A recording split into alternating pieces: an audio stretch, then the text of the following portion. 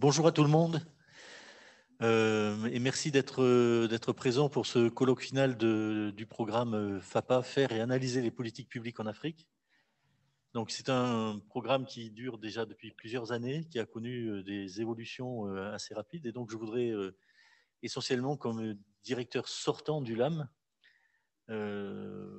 remercier tous ceux qui sont intervenus dans ce programme, à la fois pour en assurer le contenu scientifique, mais aussi en assurer la réalité matérielle. En commençant par l'AFD, puisque je suis à côté de Sarah, par l'AFD avec lequel un partenariat, c'est pas seulement parce que je suis à côté de Sarah, mais parce que l'AFD a effectivement joué un rôle important dans ce programme, à la fois en nous soutenant, en l'accompagnant. Je voudrais remercier aussi le Conseil régional Nouvelle-Aquitaine pour l'accompagnement qu'il a fait en permanence de ce projet, en assurant des financements de postdoc, en assurant aussi des financements d'expansion du contrat. Mon intervention, c'est essentiellement pour remercier au nom du LAM tous nos partenaires qui ont vraiment permis la réalisation de ce projet, à la fois sur le plan matériel et sur le plan scientifique, et qui ont permis son expansion dans le temps. Et enfin, au moment de passer le micro à Vincent, je voudrais aussi dire que je me réjouis du passage de génération. Ce projet a commencé avec des générations plus âgées et dorénavant est dans les mains de jeunes générations, qu'elles soient bordelaise, parisienne ou extérieure à la France. Hein. Et je me réjouis de ce passage de génération et de témoins avec des travaux qui sont vraiment excellents. Voilà, bonne journée à tout le monde et à moi aussi. Vincent, pardon. Oui, bonjour, donc Vincent Tibéry, j'interviens ici en qualité de délégué recherche, donc d'un point de vue purement institutionnel. Je suis très content que ce colloque se tienne. Je pense que c'est exactement le type de colloque qu'on essaye de promouvoir à l'IEP. Donc l'IEP, comme un certain nombre d'entre vous le savent, est effectivement l'un des différents Sciences Po de France, mais c'est quand même le Sciences Po de France qui a le plus d'attache avec l'Afrique et qui a su développer une recherche spécifique sur l'Afrique, qui a su du coup forcer l'institution à adopter une autre position que simplement une internationalisation par l'anglais, par le regard vers les États-Unis. Et donc de ce point de vue-là, je pense que l'âme a su décentrer le regard et a su nous permettre les uns et les autres de comprendre que l'internationalisation, c'est plein de choses différentes et qu'il faut aussi regarder du côté des Suds, pas d'un Sud, mais des Suds. Donc de ce point de vue-là, c'est une très très bonne chose. Je trouve également que scientifiquement, ce colloque est extrêmement pertinent, extrêmement ambitieux et surtout permet de démontrer qu'il est capable de faire de la recherche sur l'Afrique en mobilisant un certain nombre de méthodes, un certain nombre d'outils d'analyse, un certain nombre de manières de réfléchir qui clairement permettent de dépasser les airs et à mon avis vont aussi nous permettre du coup de rétroagir sur la manière dont dans les sociétés du Nord, on pense les politiques publiques, on pense l'État en Afrique, on pense les interactions avec les élites. Et donc, je me réjouis de ce colloque, même si je vais devoir m'excuser pour ce matin, parce qu'il faut que j'aille faire d'autres trucs. Mais je serai là cet après-midi pour revenir et j'attends avec impatience les 2 séances auxquelles je vais pouvoir assister. Et je ne parle même pas du dîner qu'il y a derrière. Ça, c'est pour tous les distanciés. Tant pis pour vous. Merci beaucoup, Rosane. Merci beaucoup, Olivier. Merci beaucoup, Dominique. Merci beaucoup, Sarah. Et bon courage.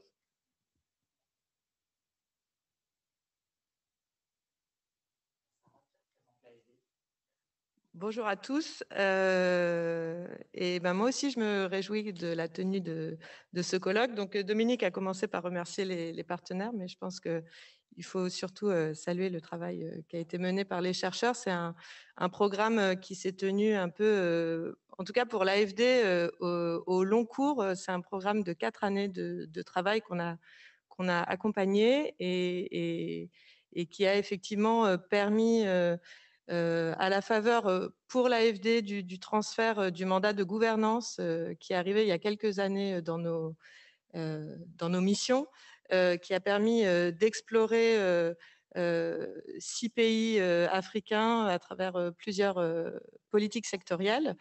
Et produire donc ça c'est pour la partie terrain et documentation, analyse des contextes et des processus et des trajectoires de politique publique, mais ça a permis aussi, et c'est pour ça que ce colloque est important, nourrir toute la réflexion sur les transferts de la grille d'analyse des politiques publiques, et des grilles, on en parlera tout à l'heure, sur les terrains africains qui produisent comment dire, des résultats extrêmement différents des analyses qui ont pu être menées au Nord, parce qu'il y a notamment le rôle, entre autres, des bailleurs, des ONG internationales, des ONG locales qui ne sont pas du tout dans le même jeu que ce qui se joue au Nord.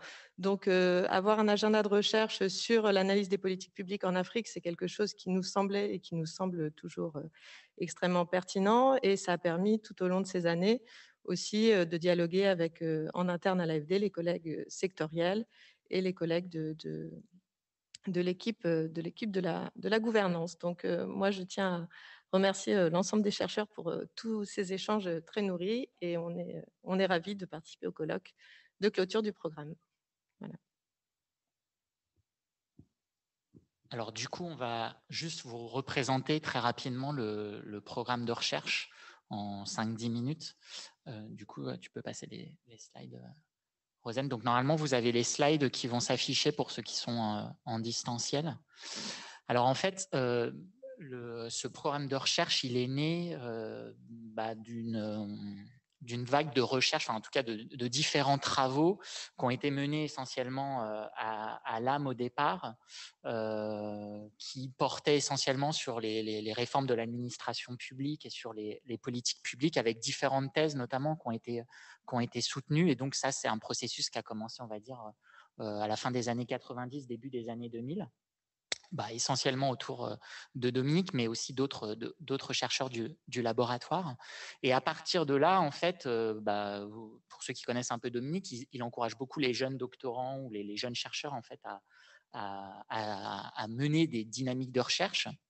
Et donc, ça a engendré la création d'un petit groupe en fait de jeunes chercheurs qui se sont intéressés à l'analyse des politiques publiques et ce processus s'est matérialisé par différents événements, donc un petit groupe de travail. Ensuite, ça s'est formalisé par des journées d'études, des séminaires, des panels dans des conférences internationales, avec cette idée de réfléchir en fait à l'analyse des politiques publiques dans des contextes un peu différents, avec cette idée en fait que globalement toute la littérature sur l'analyse des politiques publiques, la policy analysis, elle se fait globalement à partir de terrains nord-américains, européens. Et que donc, il y a cette idée que les Suds sont un peu oubliés de ce grand corpus théorique qui a été construit. Et donc, ces différentes petites étapes, là, groupe de travail, journée d'études, séminaire, ça s'est formalisé depuis 2010. Et en fait, ça s'est appuyé sur un réseau de chercheurs existants. Et en fait, l'idée avec FAPA, c'était aussi de consolider autour d'un programme de recherche pendant 4-5 ans tout ce réseau en fait qui existait déjà, mais qui était un peu disséminé et qui n'avait pas forcément toujours travaillé ensemble, et avec l'idée aussi d'investir de nouvelles questions et de nouveaux objets, de nouveaux terrains qui avaient été peu travaillés. Et donc, ça s'est matérialisé en 2017 en fait par le dépôt d'un programme de recherche à la région Nouvelle-Aquitaine et à l'Agence française de développement, et qui a permis en fait notamment de financer un postdoc de 2 ans de Sina Schlimmer. Et en fait, on a été ensuite rejoint par Rosane, qui a été recrutée de mémoire à ce moment-là. Voilà. Et en fait, on a tous les 4 finalement piloté FAPA, donc Dominique, Sina, Rosane et moi-même, qui entre-temps a été recruté à La Réunion, donc qui est parti, mais qui est voilà, un pilotage un peu difficile parfois parce qu'on était sur des sites différents. Et puis après, Sina, elle est partie à l'IFRI à Paris. Mais en tout cas, voilà, c'est un programme qu'on a vraiment porté tous les 4.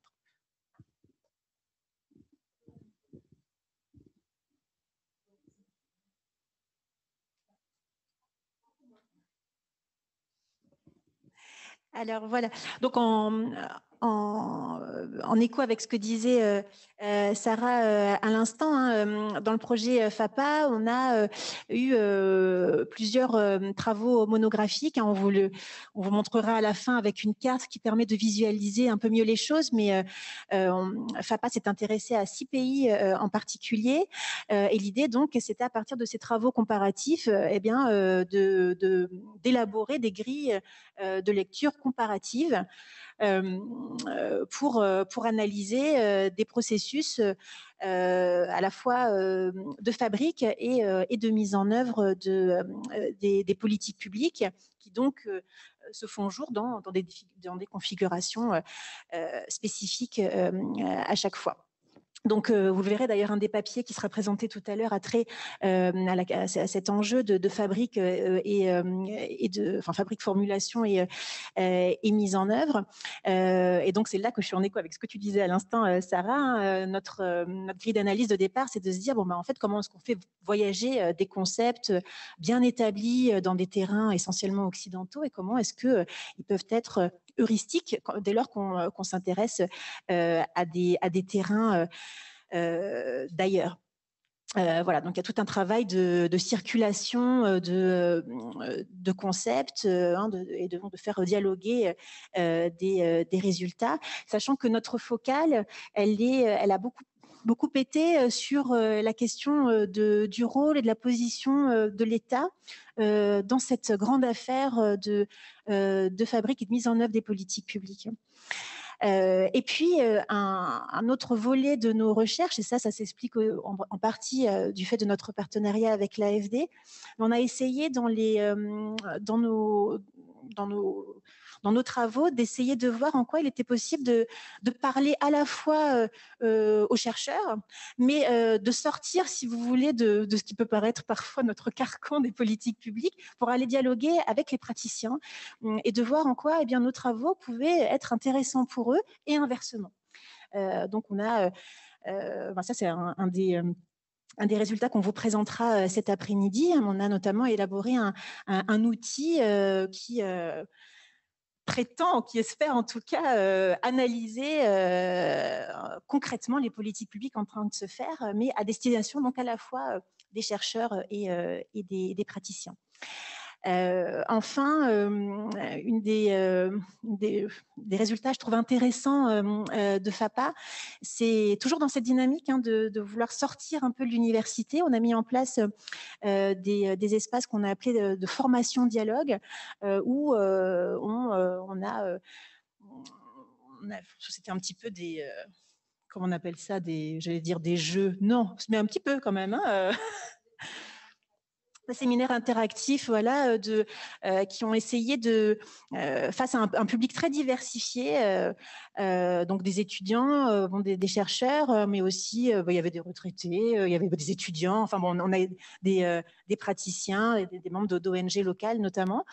On a essayé de réfléchir ensemble à ce que fabriquer une politique publique veut dire, à ce que participer à des politiques publiques veut dire, qu'est-ce que ça veut dire? On a eu une séance aussi sur l'échec des politiques publiques, enfin, et ça, je dois dire que ça a donné des résultats tout à fait intéressants et fort différents de ce que nous, les chercheurs, on a l'habitude de voir. Voilà, à toi Sina. Oui, donc dans la continuité de ce que disait Rosen, donc on a beaucoup parlé de la fabrique et de la mise en œuvre. Donc en effet, on a aussi fabriqué ce projet de recherche et on l'a mis en œuvre avec nos partenaires, donc qui n'étaient pas uniquement des financeurs, mais des partenaires avec différents apports pédagogiques et qui jouaient différents rôles à différents moments aussi de la vie de ce projet de recherche. Donc avec Sciences Po Bordeaux notamment, qui a contribué au financement d'un cours sur l'action publique au Sud. Et donc là, c'était un cours prévu dans le Master 2 PDAPS, politique publique au Sud, et qui visait justement un apport une discussion autour des concepts théorique de l'analyse des politiques publiques et comment ces concepts voyagent en fait sur des terrains ailleurs, comment ils sont nourris par ces expériences. C'était des séminaires de lecture, donc beaucoup basés sur la lecture, mais aussi sur l'intervention plutôt vers la fin des acteurs qu'on a aussi identifiés à travers notre partenariat avec SoCoopération qui est marqué sur la prochaine slide, j'y reviendrai. Et donc l'objectif aussi, c'était de faire vivre le projet de recherche à travers ce cours, et bien évidemment avec l'appui du laboratoire des Afriques dans le monde.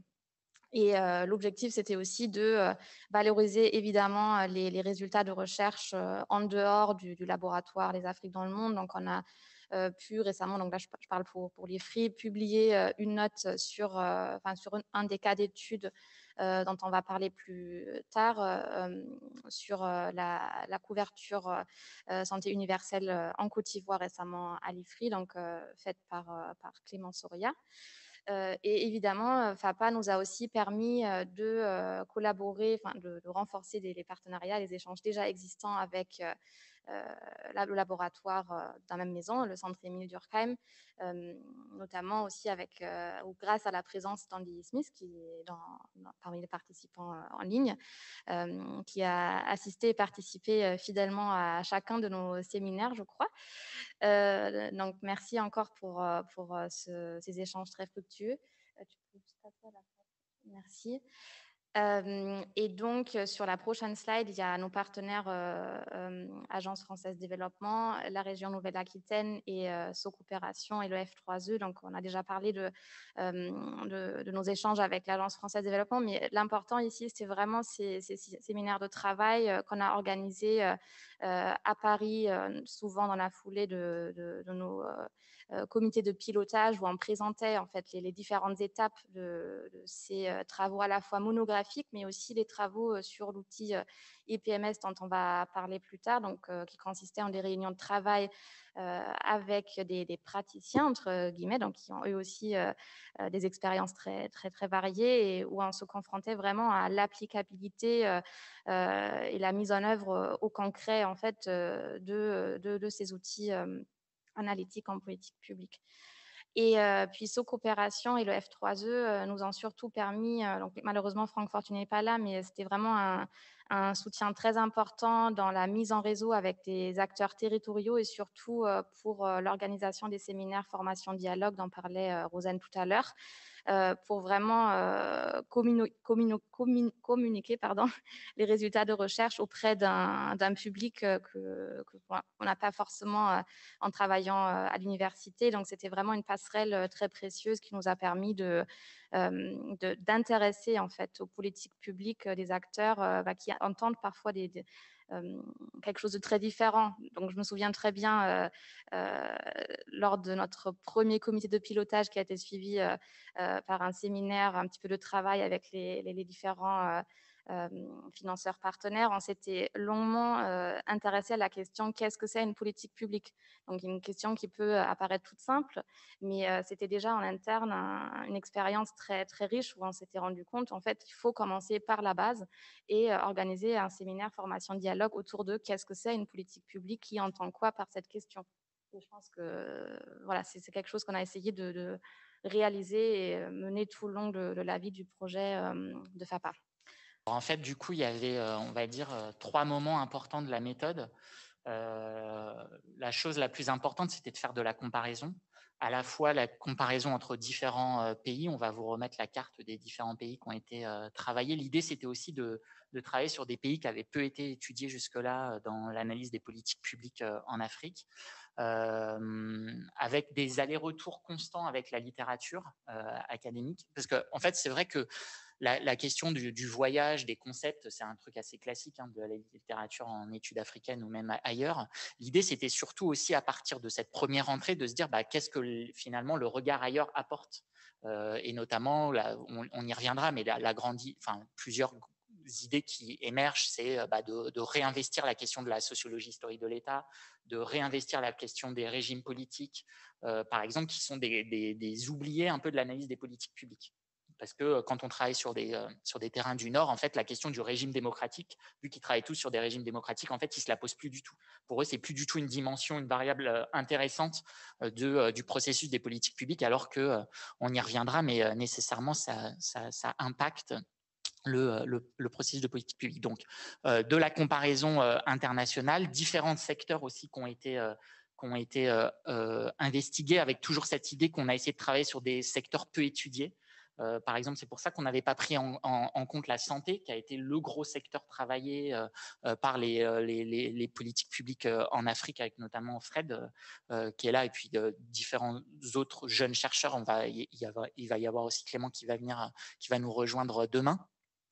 Et donc aussi de s'appuyer sur l'équipe de chercheurs qui gravitaient autour de l'âme et qui nous ont permis de constituer cette équipe. Ensuite, bien évidemment, on s'est appuyé sur des enquêtes qualitatives, et là, on avait la chance de ne pas être encore en période de pandémie, donc on a pu faire de nombreux terrains, notamment Sina dans le cadre de son postdoc, mais il y a différentes enquêtes qui ont été financées. Je pense aussi à Léo qui a pu partir à Mada dans le cadre de ce programme-là. En fait, aussi, l'un des enjeux de FAPA, c'était de soutenir les jeunes chercheurs. Donc, on a priorisé en fait les terrains de gens qui étaient en train de faire des thèses ou en postdoc, mais en tout cas, c'était pour le coup l'une des variables importantes pour cibler l'argent qu'on donnait aux chercheurs, c'était le fait que ce soit des jeunes chercheurs et qui avaient peut-être moins de moyens plutôt que des chercheurs qui étaient en poste.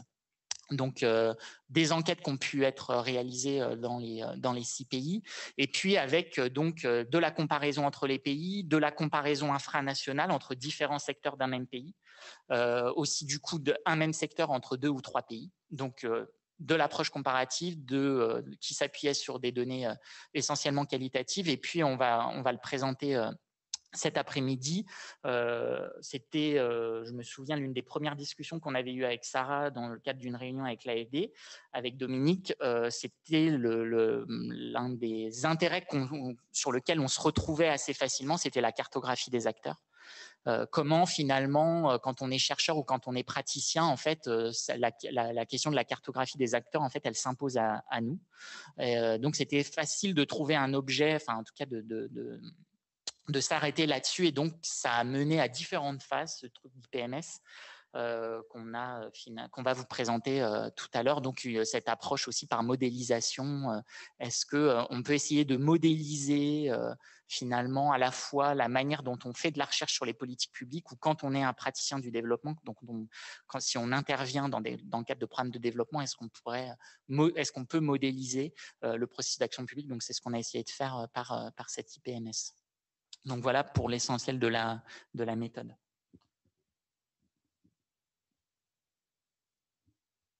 Et donc pour finir, une carte qu'on a faite tout au début du programme, donc pour illustrer les 6 pays, les 4 secteurs sur lesquels on a travaillé.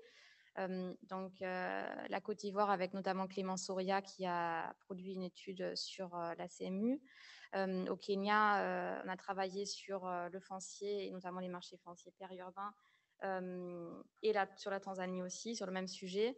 Et sur les 2 pays, on a aussi travaillé donc, avec Olivier Provini sur les réformes de l'enseignement supérieur. Puis au Maroc, à Madagascar d'abord, on a eu notre équipe si présente en présentiel, on est très heureux de ça, sur les réformes sociales. Au Maroc, du coup, avec Catherine Baron et Franck Fortuné qui ont travaillé sur les politiques de l'eau et les politiques de la jeunesse. Et au Mozambique, sur les politiques de la conservation de la nature et aussi sur les politiques énergétiques. Et de la Tanzanie, voilà, j'en ai déjà parlé, et on va revenir sur ces résultats plus en détail, monographiques, mais aussi avec une partie comparative pour certaines études au cours de la journée et demain. Ouais, peut-être juste rajouter que dans 3 pays, en fait, on s'est appuyé sur des chercheurs locaux. Donc, il y avait des équipes locales, en fait. Ça, c'était aussi important pour l'AFD et puis pour nous, en fait, d'associer des chercheurs. Donc, c'était le cas en Côte d'Ivoire, en Tanzanie et puis au Mozambique. Voilà. Et on s'appuyait alors aussi sur par exemple pour le cas du Mozambique, en fait, d'anciens doctorants d'ici qui avaient fait leur thèse avec Dominique de mémoire et qui travaillaient maintenant, étaient en poste au Mozambique. Donc c'était aussi cette volonté d'associer des chercheurs des différents pays, des universités, voilà, dans 3 pays. Alors maintenant, du coup, ce qu'on va faire, c'est présenter les principaux résultats de FAPA alors en 4 temps.